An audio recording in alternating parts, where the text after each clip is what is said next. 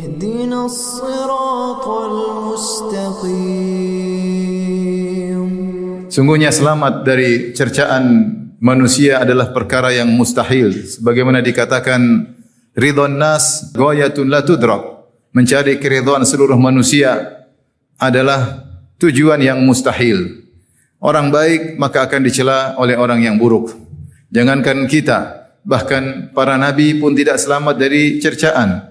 Lihatlah Nabi Muhammad sallallahu alaihi wasallam, sosok yang sangat sempurna, yang dahulunya dijuluki dengan As-Sadiqul Amin, orang yang jujur dan terpercaya. Dikatakan sebagai kadzab, sang pendusta. Dikatakan sebagai kahin, dukun. Dikatakan sebagai sahir, orang yang menyihir. Dikatakan sebagai majnun, orang gila. Bahkan pencipta alam semesta, Allah Subhanahu wa taala juga tidak selamat dari cercaan para makhluknya. Allah Subhanahu wa taala menyebutkan cercaan-cercaan dalam Al-Quran yang disematkan oleh makhluk kepada Allah Subhanahu wa taala. Mereka juga mencela Allah dengan mengatakan Allah letih setelah menciptakan alam semesta. Allah istirahat pada hari yang ketujuh. Maka Allah membantah, wa laqad khalaqnas samawati wal arda wa ma bainahuma fi sittati ayyamin wa ma massana min lughub. Sungguh kami telah menciptakan langit dan bumi dalam waktu 6 hari dan kami tidak ditimpa dengan keletihan sama sekali. Ini semua adalah cercaan-cercaan kepada Allah Subhanahu wa taala. Namun di antara cercaan yang sangat parah adalah mengatakan Allah punya anak.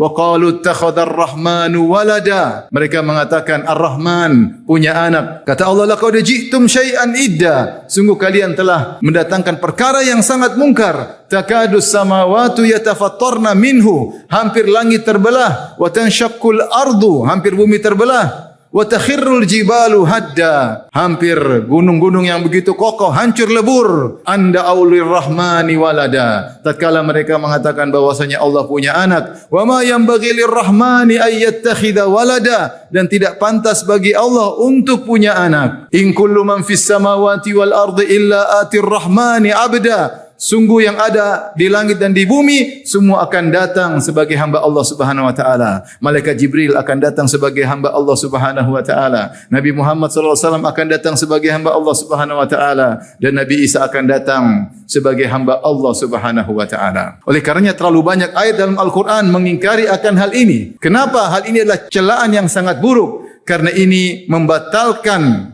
keesaan Allah Subhanahu wa taala. Allah berfirman, "Qul huwallahu ahad." Katakanlah, dialah Allah yang Maha Esa. Allahus Samad, dialah yang semuanya membutuhkannya, bergantung kepadanya. Lam yalid wa lam yulad. Allah Subhanahu wa taala tidak melahirkan dan juga tidak dilahirkan. Wa lam yakul lahu kufuwan ahad, dan tidak ada sesuatu pun yang serupa dengan Allah. Allah juga memuji dirinya dengan berkata, wa qulil hamdulillahilladzi lam yattakhidh walada wa lam yakul lahu syarikun fil mulk wa lam yakul lahu waliyyun minadh-dhul wa kabbirhu takbira. Dan dikatakanlah segala puji bagi Allah yang tidak punya anak, tidak ada penolong baginya, tidak ada sekutu baginya, dan agungkanlah Allah dengan seagung-agungnya. Dzalika Isa bin Maryam qaulul haqqi alladhi fihi yamtarun. Ma kana lillahi ay yattakhidha min waladin subhanah.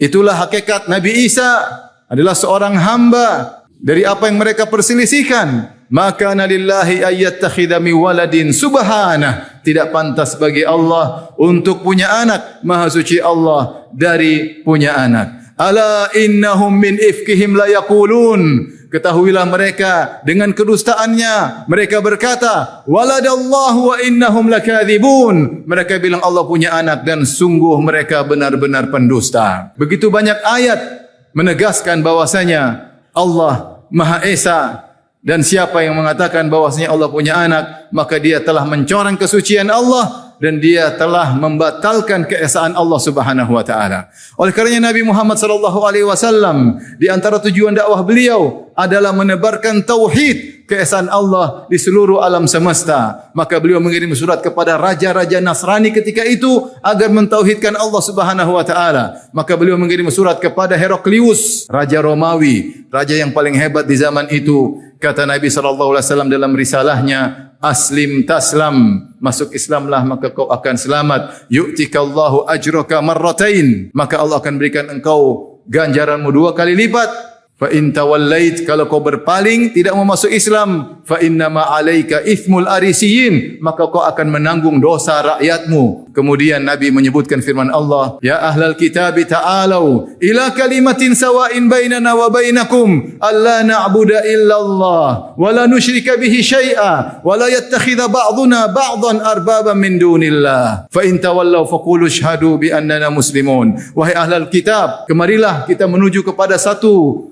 kesepakatan yang sama, qaulin sawa, ila kalimatin sawa, perkataan yang sama yang kita sepakati. Apa itu yang kita sepakati? Alla na'budu illallah, kita tidak beribadah kecuali hanya kepada Allah. Wala nusyrika bihi syai'a, dan kita tidak berbuat syirik, mensekutukan Allah dengan siapapun. Wala yattakhidh ba'duna ba'dhan arbaban min dunillah, dan jangan sampai sebagian kita menjadikan sebagian lain sebagai tuhan-tuhan selain Allah. Inilah risalah yang Nabi kirimkan kepada Heraklius, mengajaknya untuk mentauhidkan Allah Subhanahu wa taala. Dan di antara kesempurnaan mentauhidkan Allah Subhanahu wa taala adalah tidak ikut serta dalam mengucapkan selamat lahir anak Tuhan. Oleh karenanya di antara tafsir salaf terhadap firman Allah Subhanahu wa taala tentang sifat-sifat ibadur rahman yang mereka adalah para penghuni surga, di antara sifat mereka penghuni surga, walladzina la yashhaduna az-zura, adalah mereka tidak pernah menghadiri az-zur. Dan di antara pengertian az-zur sebagaimana tafsiran sebagian salaf, a'yadal kuffar, yaitu peringatan-peringatan hari keagamaan agama-agama non-muslim. Jika ada seorang melakukan kemaksiatan, maka tidak mungkin kita mengatakan selamat bermaksiat. Tidak mungkin kita mengatakan selamat bermaksiat. Kalau kita mengucapkan selamat bermaksiat secara zahir, bahwasanya kita ikut gembira akan kemaksiatan tersebut. Jikalau ada seorang berzina, tidak mungkin kita mengatakan selamat berzina, seakan-akan kita setuju dengan perzinahan tersebut. Bagaimana lagi jika seorang melakukan kesyirikan, adalah perbuatan yang sangat dicela oleh Allah Subhanahu wa taala. Di antara celaan-celaan kepada Allah, inilah celaan yang paling buruk kepada Allah Subhanahu wa taala, yaitu mengatakan Allah punya anak. Maka tidak perlu kita mengucapkan selamat atas lahirnya Nabi Isa sebagai anak Allah. Tentunya tidak sesuai dengan akidah umat Islam. Maka seorang berusaha menjaga akidahnya sehingga dia bertemu dengan Allah di atas tauhid dan dia tidak berbasa-basi dalam urusan tauhid. Toleransi dijaga, ya, kebersamaan dijaga, Bhinneka Tunggal Ika dijaga, tetap masing-masing menjaga identitasnya.